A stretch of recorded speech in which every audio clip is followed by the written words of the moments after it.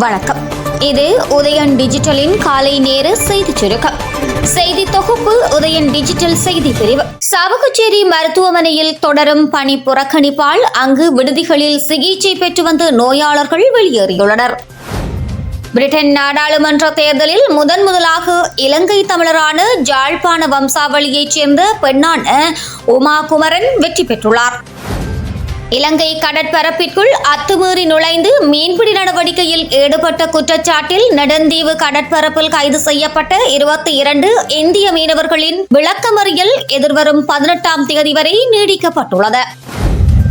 அத்துமீறிய இந்திய இழுவை மடி படகுகளினால் இலங்கைக்கு 700 மில்லியன் ரூபாய் இழப்பு ஏற்பட்டுள்ளதாக மீன்பிடி அமைச்சு தெரிவித்துள்ளது.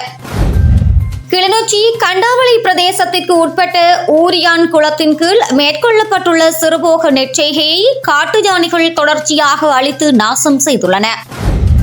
காதலனால் கொல்லப்பட்டு பாழடைந்த கிணற்றில் புதைக்கப்பட்டதாக கூறப்படும் யுவதியின் சடலத்தை மீட்கும் பணிகள் நேற்று ஆரம்பமான நிலையில் சடலம் மீட்கப்பட்டது.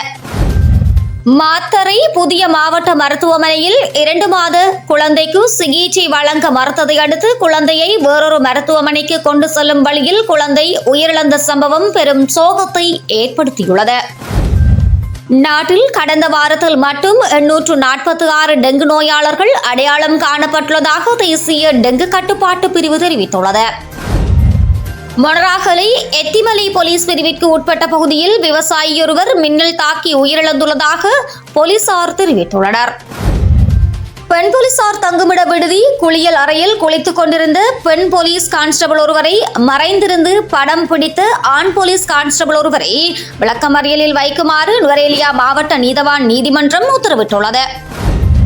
உயர் நீதிமன்றத்தால் போக்குவரத்திற்கு தடை செய்யப்பட்ட வில்பத்து பாதையை முஸ்லிம் அரசியல்வாதிகள் சிலர் தமது அரசியல் லாபத்துக்காக திறக்கவுள்ளதாக சுற்றாடல் பாதுகாப்பு அமைப்புகள் குற்றம் சாட்டியுள்ளன.